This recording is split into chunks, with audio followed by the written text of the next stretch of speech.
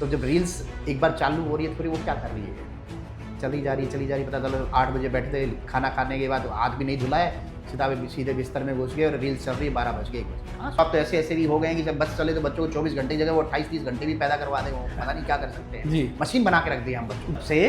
बंद हुई है किताबों से मेरी गुफ्तगू, मेरी आंखों ने सोना छोड़ दिया। जो जीवन और जो ज्ञान, तुमने देखो ना गाँव में आज भी नाई की दुकान पे जो पूरे गाँव का दर्शन मिलता है। बिल्कुल।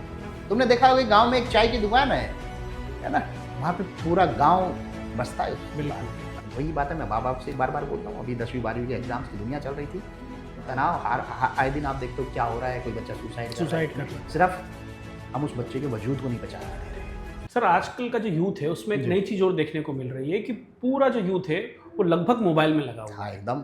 और पहले जो चलता था कि किताबें सबसे अच्छी दोस्त हुआ करती है, अब किताबें दूर हो चुकी हैं और उसका स्थान एंड्रॉयड और स्मार्टफोन ने लिया। पहले दोस्त हुआ करते थे किताबें और आपके गलियों में खेलने वाले खेल, और अब उनका स्थान जो है वो मोबाइल ने ले लिया। तो ऐसे यूथ के लिए क्या कहना चाहिए? मेरी अपनी कुछ एक मुझे याद है, मैंने अपने खुद के लिए लिखी थी जी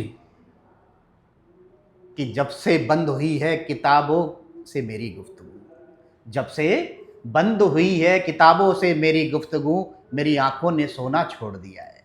ये मेरी अपनी लाइन थी, दोबारा मैं रिपीट करूंगा कि जब से बंद हुई है मेरी किताबों से मेरी गुफ्तगू, मेरी आंखों ने सोना छोड़ दिया है, सोना छोड़ दिया है। ये लाइन क्या कह रही है? लाइन ये कह रही है कि आप जो इस भागम भाग की जो दुनिया है उसमें क्या हो रहा है, आपने पढ़ना छोड़ दिया, कम पेजेस पढ़ने का, मोबाइल की दुनिया में आ गए, रील्स की दुनिया में आ गए, है ना। तो जब रील्स एक बार चालू हो रही है तो फिर वो क्या कर रही है, चली जा रही, पता चला 8 बजे बैठते, खाना खाने के बाद हाथ भी नहीं धुला है, सीधे बिस्तर में घुस गए और रील्स चल रही है 12 बज गए 1 बजे। कहाँ सो रहे हैं आप? और किताबें क्या होती थी, आपके मस्तिष्क और अंतः चेतन को जागृत करती है ना, दुष्प्रभाव नहीं डालती है, सोचने के लिए मजबूर करती है, आपको भाव जीने के लिए मजबूर करती है। जब आप उस भाव के साथ में और जिंदा रहते हैं, जीवंत रहते हैं, उसके बाद में जब नींद आती है तो सुकून भरी नींद होती है और वो किताबों से कहीं ना कहीं हमें मिलती है। सर, एक तरफ तो ये यूथ है जो स्मार्टफोन में घुसा हुआ है, एक दूसरी तरफ कुछ परसेंटेज में एक ऐसा यूथ भी है जो सिर्फ किताबों में घुसा हुआ है, जो ना बाहर जा रहा है। मतलब एक तरीके से हम आम बोलचाल सिर्फ किताबों से मतलब क्या है कि आपकी जो पढ़ाई लिखाई वाली सिर्फ वो किताबी या वो फिर वो जीवन जीने वाली किताबें, सिर्फ पढ़ाई वाली किताबें। हाँ, सिर्फ पढ़ाई वाली किताबें। मेरी अपनी कुछ रचनाएं हैं, जीवन जीना छोड़ दिया है लगभग। इनके लिए भी मेरी अपनी कुछ रचनाएं हैं। और मैं जैसे कि जो बच्चे जो सिर्फ और सिर्फ, जैसे उसमें मैं ये कहता हूँ पिताजी के माँ बाप का बड़ा रोल है कि कहते हैं बेटा पढ़ ले, सारे दिन पढ़ ले। माँ बाप तो ऐसे भी हो गए हैं कि जब बस चले तो बच्चों को 24 घंटे की जगह वो 28-30 घंटे भी पैदा करवा दें, वो पता नहीं क्या कर सकते हैं। मशीन बना के रख दी हम बच्चों जी, है ना। अब वो बच्चे क्या कर रहे हैं, वो एक मेरा ये मानना है कि एक बच्चा एक सूरज होता है ना। ओके। और परंतु हमने क्या बना दिया, उसको बंद कमरे में एक किताब पढ़े जा रहा है, जीवन नहीं जी रहा है, यार दोस्तों की उसकी दुनिया बंद है, गली मोहल्ले की दुनिया बंद है ना। बिल्कुल। तो तब वो सूरज नहीं बचा हुआ, आपने उसको तारे में बदल दिया है। तारा, एक तो पहली तारे की क्या शर्त है, आपसे बहुत दूर है। दूसरा क्या है, वो टिमटिमा रहा है। तो इन्हीं तारे और सूरज और एक छात्र को बीच में रखते, मुझे याद है जब मैं खुद छात्र जीवन में, तो मैंने वो रचना लिखी थी जी। टिमटिमाना तेरी हस्ती नहीं है, टिमटिमाना तेरी हस्ती नहीं है, खुद को जलाना और दुनिया को रास्ता दिखाना ही तेरा वजूद है।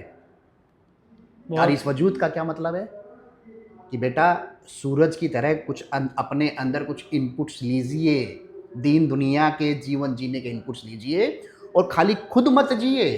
आज क्या हो रहा है, आप डॉक्टर इंजीनियर बन गए, एक दुनिया है सीमित सी, आप एक जिसको तो पूंजीवादी एक इंस्ट्रूमेंट बने हुए, सिर्फ पैसा कमाना है। डॉक्टर बिल्कुल बहुत कम, शायद आज के ज़माने के डॉक्टर, पुराने डॉक्टर्स वो शायर भी होते थे, हाँ, लिखते भी थे, है ना। अभी मेरे एक मित्र है प्रणेश गुप्ता जी, हमारे जो सीनियर हैं, और एक कमलेश कमल जी, ऐसे अधिकारी हैं ये लोग, वो जिंदा है। क्यों? साहित्यिक जो अभिव्यक्ति है उनके पास में, साहित्यिक जीवन है उनके पास में, इसलिए। तो मैं वो यही लाइन फिर दोबारा रिपीट करता हूँ कि टिमटिमाना तेरी हस्ती नहीं है, टिमटिमाना तेरी हस्ती नहीं है, खुद को जलाना और दुनिया को रास्ता दिखाना ही तेरा वजूद है। तो हमें वजूद पहचानने की आवश्यकता है। यानी माँ बाप को ये चाहिए कि उसके अंत मन को जाने, किताबों की बाहर की दुनिया दिखाइए, चाय की दुकान पे टपरी पे बैठना सिखाइए, मित्रों के साथ में घूमना फिरना सिखाइए, है ना। यानी जो जो जीवन और जो ज्ञान, तुमने देखा होगा ना गाँव में आज भी नाई की दुकान पे जो पूरे गांव का हाँ, दर्शन मिलता है। बिल्कुल तुमने देखा होगा गांव में एक चाय की दुकान है ना, वहाँ पे पूरा गांव बसता है उस दुकान के ऊपर, सबका पता होता है उस दुकान पे, बिल्कुल है ना। आज आपको पता है कि आपके शहर में आपके बगल में कौन है, क्या उसके वजूद का पता चला? आपके बच्चों को नहीं पता है कि आप उनके पड़ोसी कौन है जी। ना, उस बच्चे को अपना वजूद पता है ना आपके आस पड़ोस का वजूद पता है।